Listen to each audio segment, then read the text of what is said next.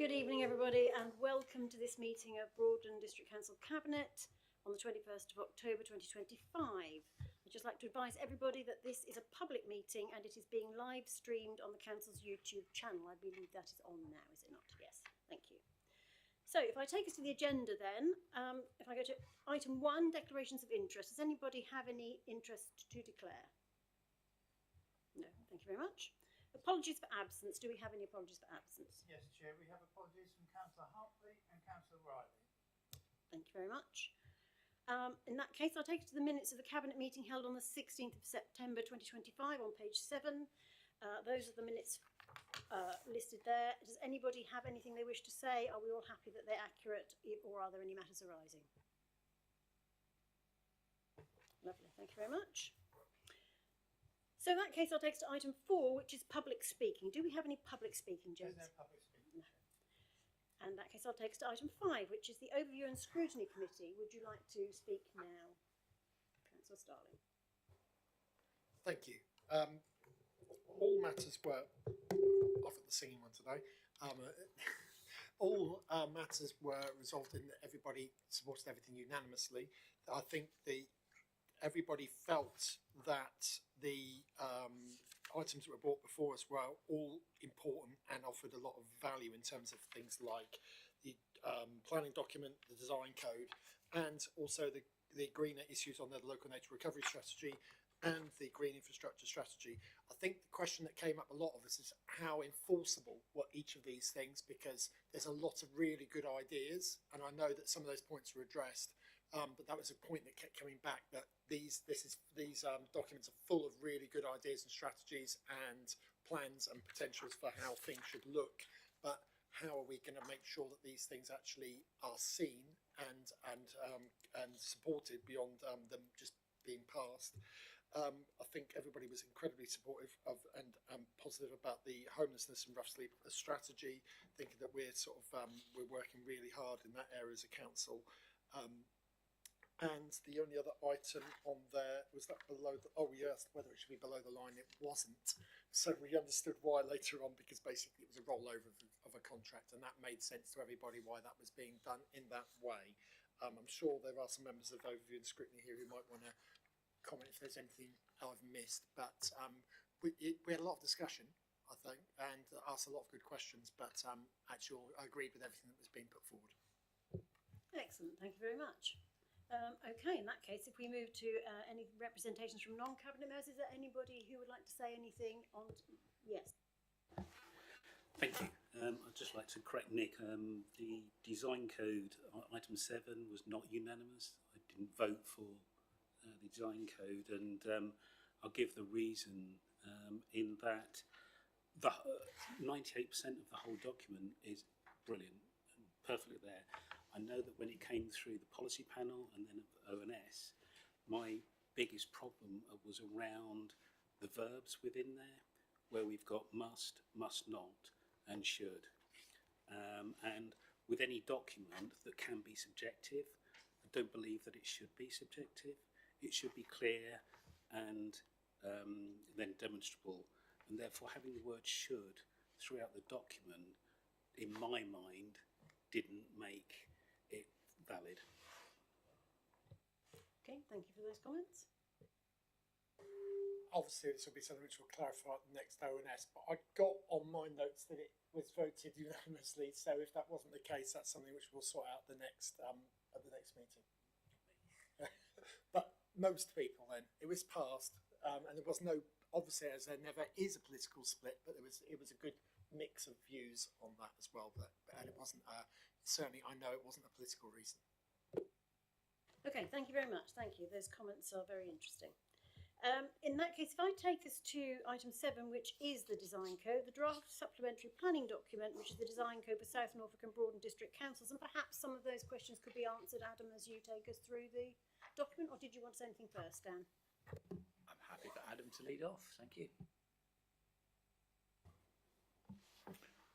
So just as context, Chair, the design code has come about through some funding that we secured through the government's Planning Skills Fund in 2024, and we've been working with Tibble's Planning and Urban Design Limited since then.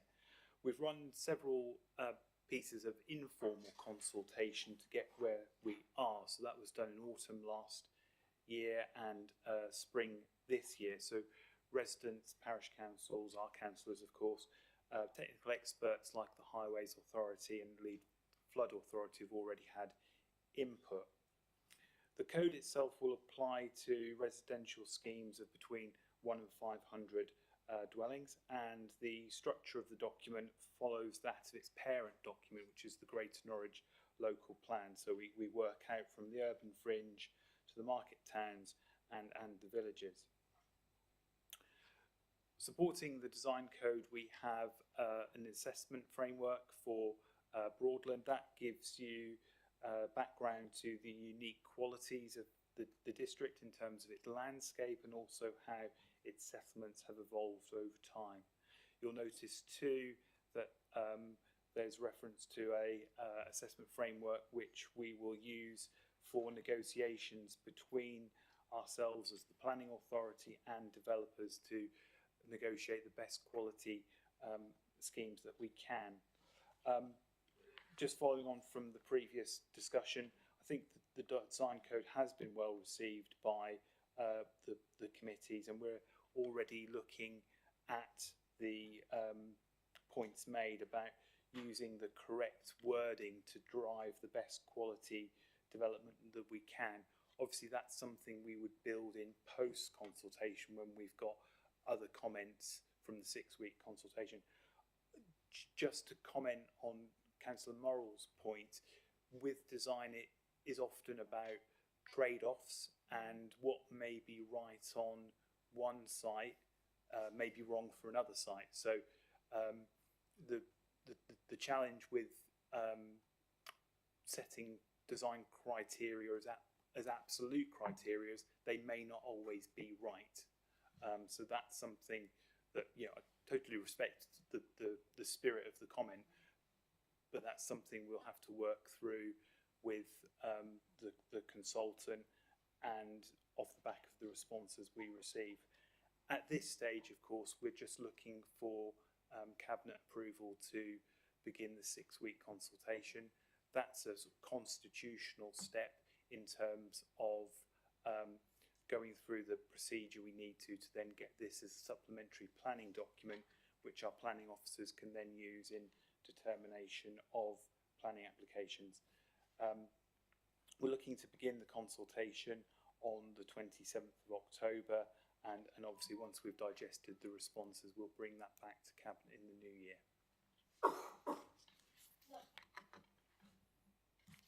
Great, lovely, thank you very much. I think, yeah, can I just make one comment? Because I think at 2.8, I think that sort of answers part of the question as well, doesn't it? Because it says not intended to be a prescriptive rule book for designing residential schemes, so it's to encourage developers to respond thoughtfully. So I think there is a trade-off there sometimes, isn't there, between how you deliver those things. Sorry, Dan, I jumped in. Thank you. I mean, we've got a 200-page document in front of us, and it is frustrating to say that that's not the finished product, because what we're looking to agree today is that goes out to consultation to be further refined through that period. There've already, as Adam has outlined, been various interactions with those involved, and consultations have taken place to get us to this point. Some people might question as to why it's South Norfolk and Broadland together on this one. It makes sense because, of course, we're the same part of the Greater Norwich Local Plan. So to have the same design code across those areas would make eminent sense. The step today is to put it out to consultation, and I would urge Cabinet to do that. Just to comment that, yes, it's good having a design code, especially one that, as it's there, it says should have sustainability at its core. We need to be serious about this in terms of how climate is changing, and ensure that we follow through with these measures. I know we've had comments from residents. I'm sure we'll get more about the types of buildings that are being built, and that I hope that this design code will ensure that we are constructing buildings that are carbon neutral, water efficient, and provide net gain of biodiversity, which is a good aspiration, more than an aspiration. We really should aim for that, and hopefully the design code will ensure that that happens. Lovely, thank you. Anybody else? No? Okay. In that case, if I take us to the recommendations, so that is the draft design code for South Norfolk and Broadland District Councils, recommend to Council. The draft design code from South Norfolk and Broadland District Councils and its supporting documents can proceed to a 6-week public consultation to commence in October. And 2, sign off for any minor amendments to the design code for South Norfolk and Broadland District Councils and its supporting documents prior to public consultation can be delegated to the Assistant Director for Planning in consultation with the portfolio holder for planning as appropriate.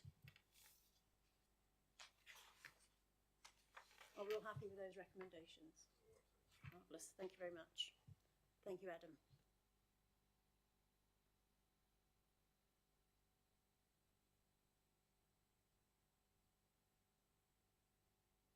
Item 8, which means Adam is still with us. This is the Dan and Adam show, isn't it? Right, okay, so we are now looking at the Norfolk Local Nature Recovery Strategy. So would you like to say anything before Adam says anything? No? Would you like to give us an introduction? Thank you. This is only 2 of 4 from me. So the Local Nature Recovery Strategy is a new document. It was introduced as part of the Environment Act in 2021, and its purpose is to identify opportunities for habitat, connectivity and restoration.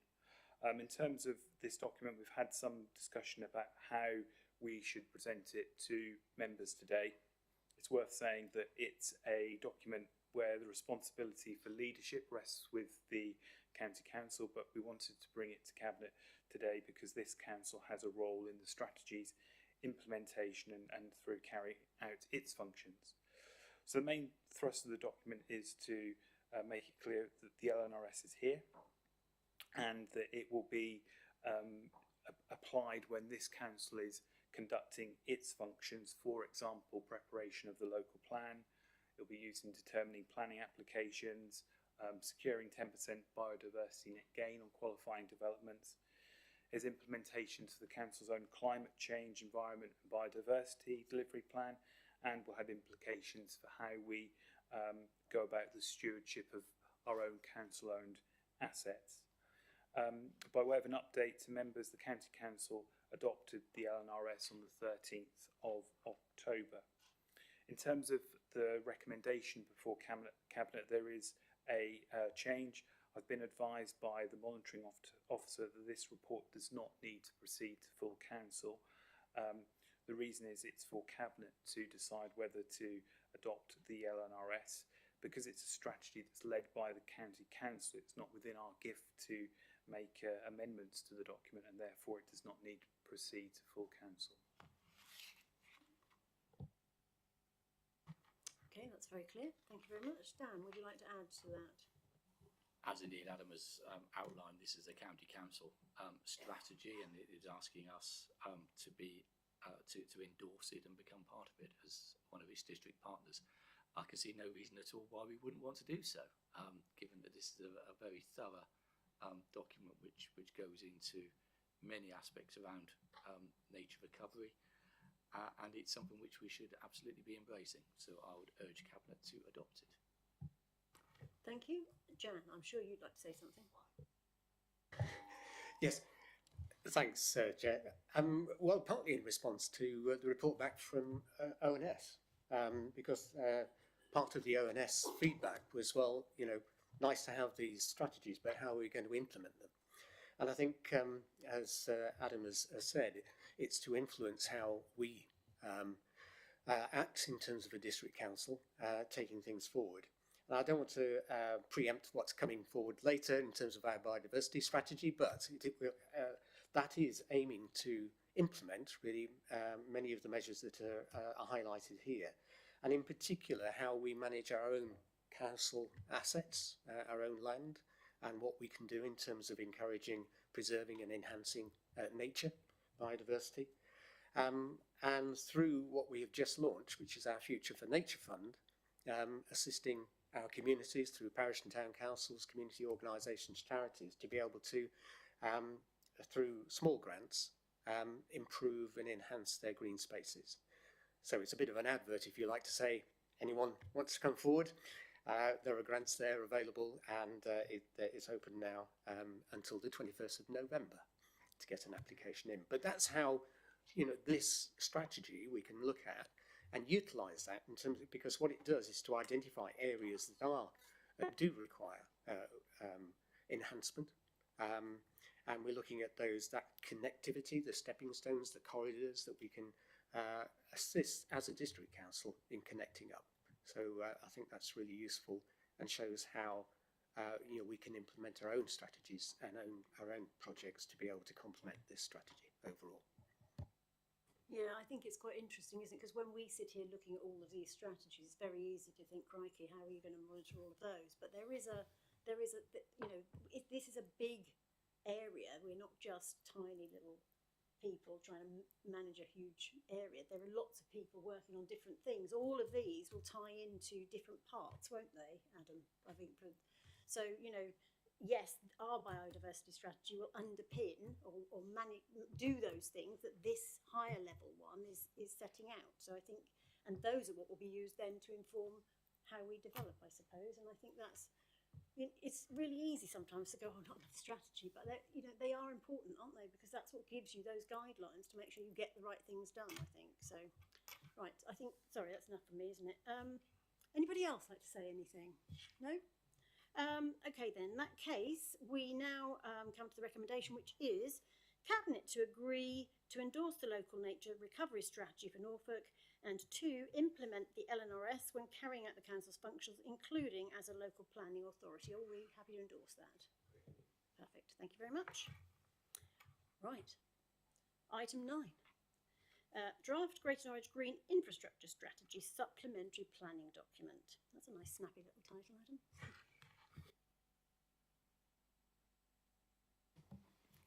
So it's probably worth pointing out that obviously we're at the end of the current planning cycle, so we've adopted the Greater Norwich Local Plan, which is why these supplementary planning documents are coming through in the way they are.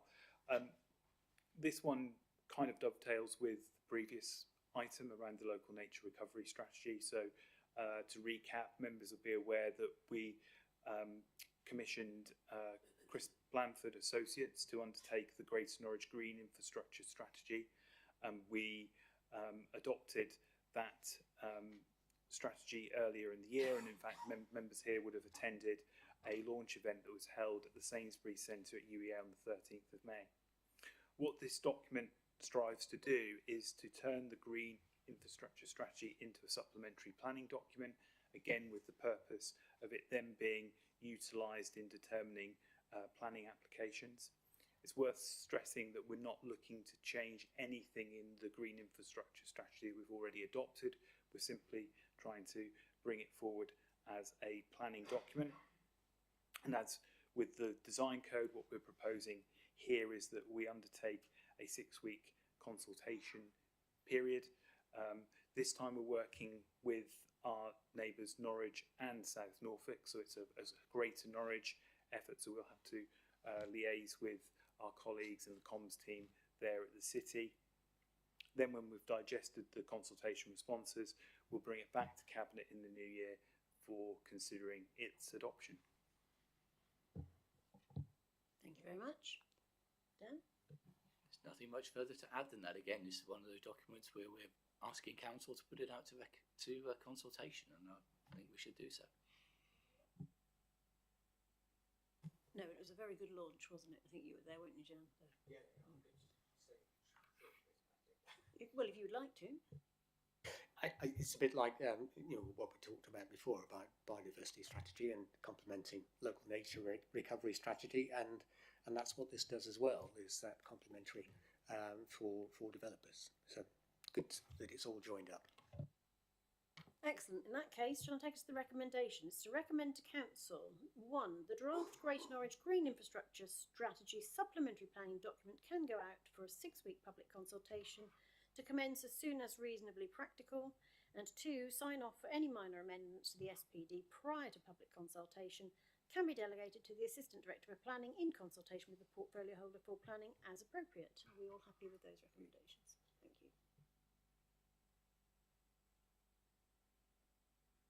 The draft Sustainable Communities Supplementary Planning document. Adam. The last supplementary planning document for us to discuss tonight. So again, similar principle to the other documents. It's trying to assist in terms of implementing the Greater Norwich Local Plan. And with this one, we're looking to provide a document which assists development promoters in preparing high quality planning applications.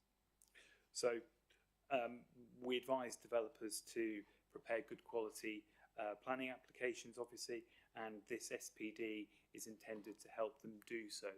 It's intended to help them navigate policy 2 of the Greater Norwich Local Plan, which is about sustainable communities. That covers a whole wide range of social, economic and environmental factors, and essentially the SPD gives developers links to all sorts of helpful guidance and advice on good practice. As with the previous SPDs, we're looking to run a 6-week consultation. Like the previous item, it's with our partners at Norwich and South Norfolk, so we'll be coordinating with them, and then once we've digested the consultation responses, we'll bring it back to Cabinet for adoption. Thank you. Would you like to say anything, Dan? Nothing further to add to that. Again, it's one for us to put to Council to put out to consultation. Thank you. Anybody else? No?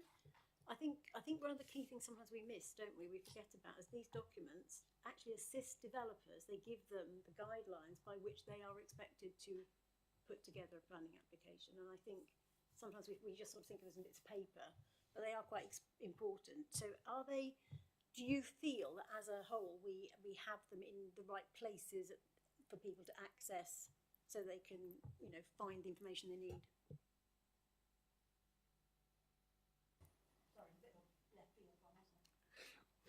I think obviously in the realm of AI, it's becoming increasingly easy to find information, but obviously we structure the website so it should be clear to everyone that you've got the Greater Norwich Local Plan, and then you've got essentially a sort of subsidiary set of documents underneath those.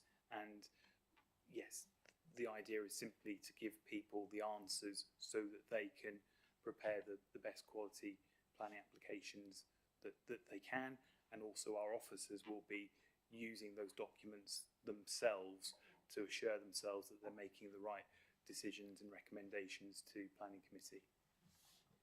Great, thank you very much. That sounds fine to me.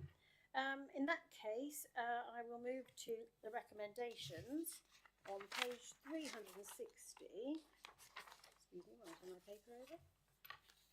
So, to recommend to Council, the draft GNLP Policy 2 Sustainable Communities Supplementary Planning document can go out for a 6-week public consultation to commence as soon as reasonably practical, and 2. Sign off for any minor amendments to the draft SPD prior to public consultation can be delegated to the Assistant Director for Planning in consultation with the portfolio holder for planning as appropriate. Are we happy with those recommendations? Lovely, thank you very much. That brings us to item 11. I think you're released, Adam.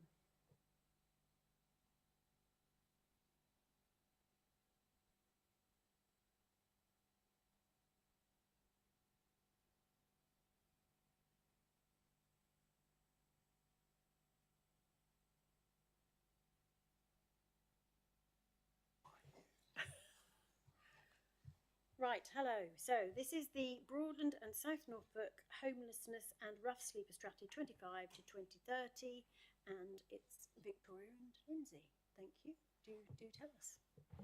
Thank you very much, Chair. Yes, as you said, we're here to present the new Homelessness and Rough Sleeper Strategy for both Broadland and South Norfolk. We wanted to just take a note that both councils have taken a long-standing joint approach in the review and formation of these strategies, long before even we started collaborating.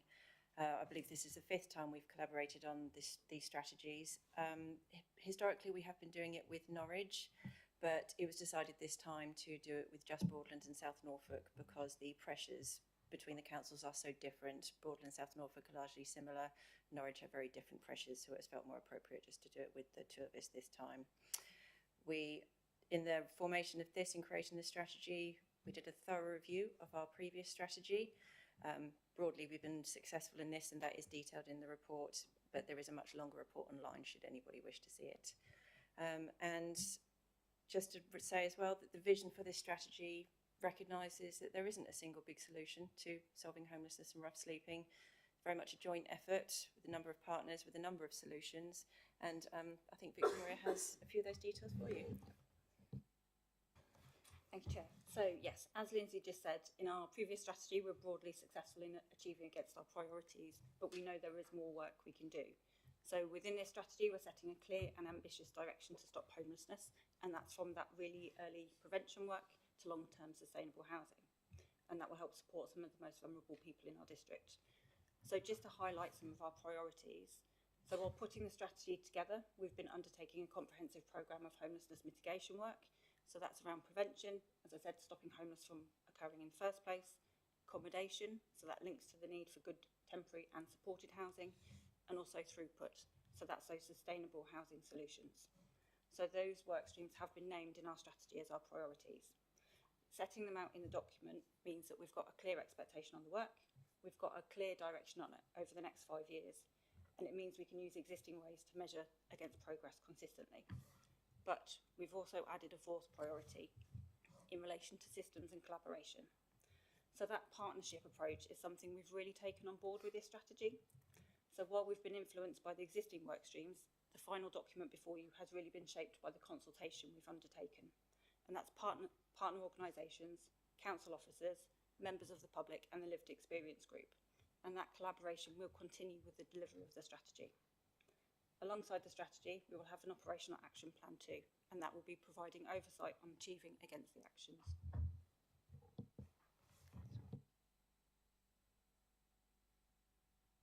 Lovely, thank you very much. Does anybody have any comments they want to make? Yes, Dan? I think this is a rhetorical question in many respects, in that we previously partnered with Norwich on these documents, we're not partnering now. I'm assuming there are no barriers as far as to our working with Norwich, and we're maintaining a very good level of collaboration with them, even though they're not part of this strategy on this occasion. Yes, there isn't a lot extra to say on that. Yeah, we still work with them very closely. They're our close neighbours, and obviously some of the issues that they face, we face as well. So the relationship is very much still there. But in terms of forming a strategy, that's where we separated because of the solution.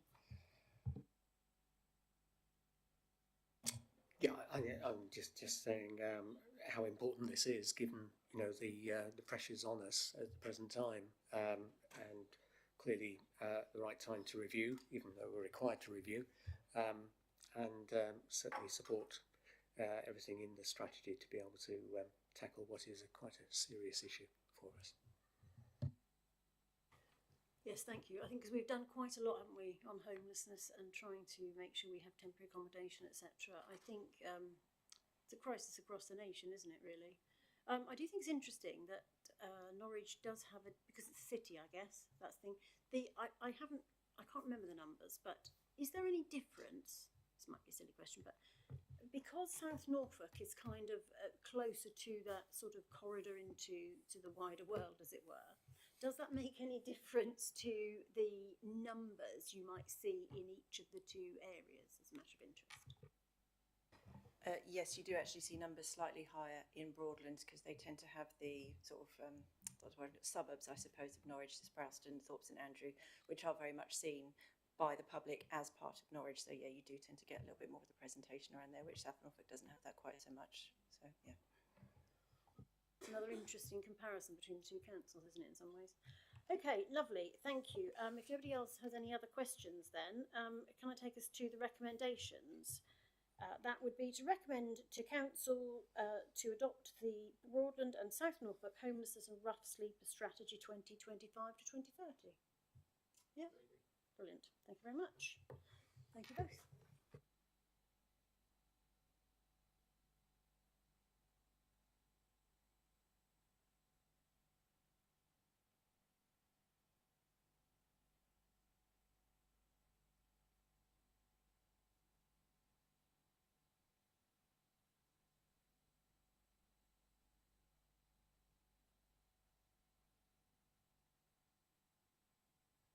Right, so that brings us to item 12, which is the material recycling facility. Scott, would you like to tell us all about that, or Jan, would you like to introduce it first?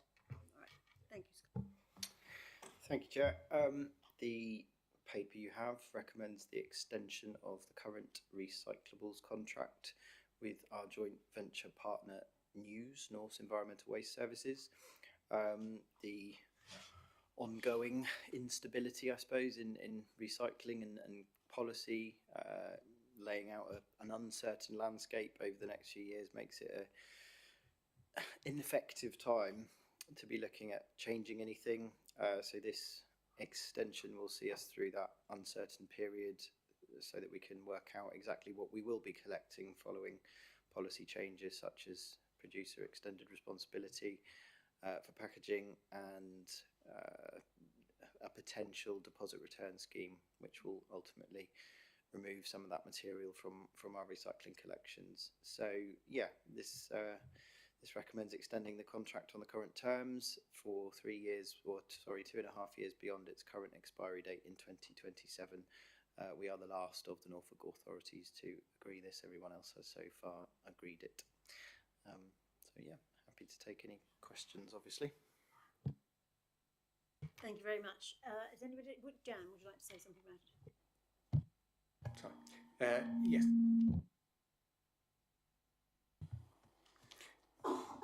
Yeah, as Scott has said, we're in a situation, a changing situation.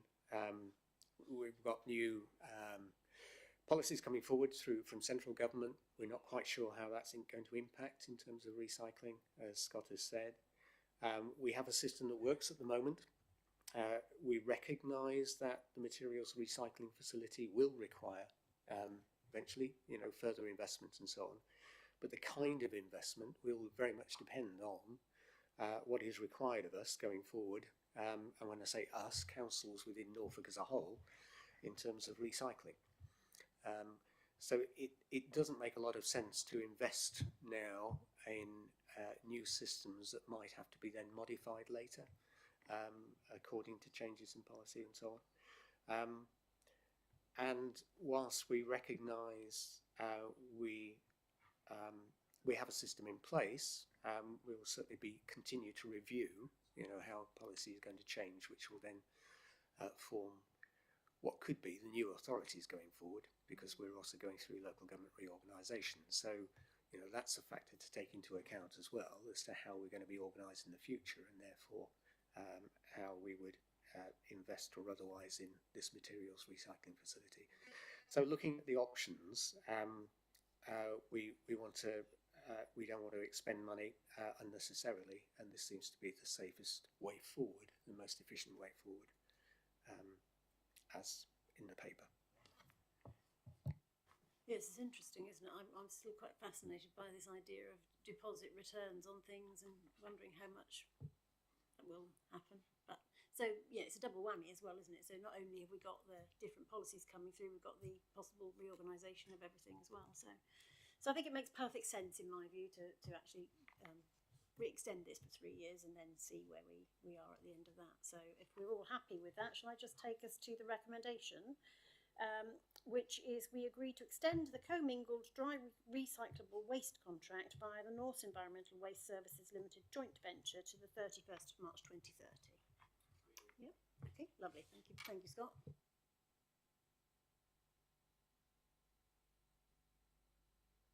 So that takes us to the forward plan, which you will find on page 428.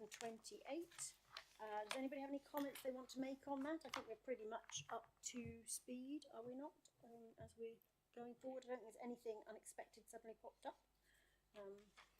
So if we're all happy with the forward plan as it sits. Okay, lovely. Thank you very much. We will go ahead with that then. Thank you. So that brings us on to the exclusion of the press and public.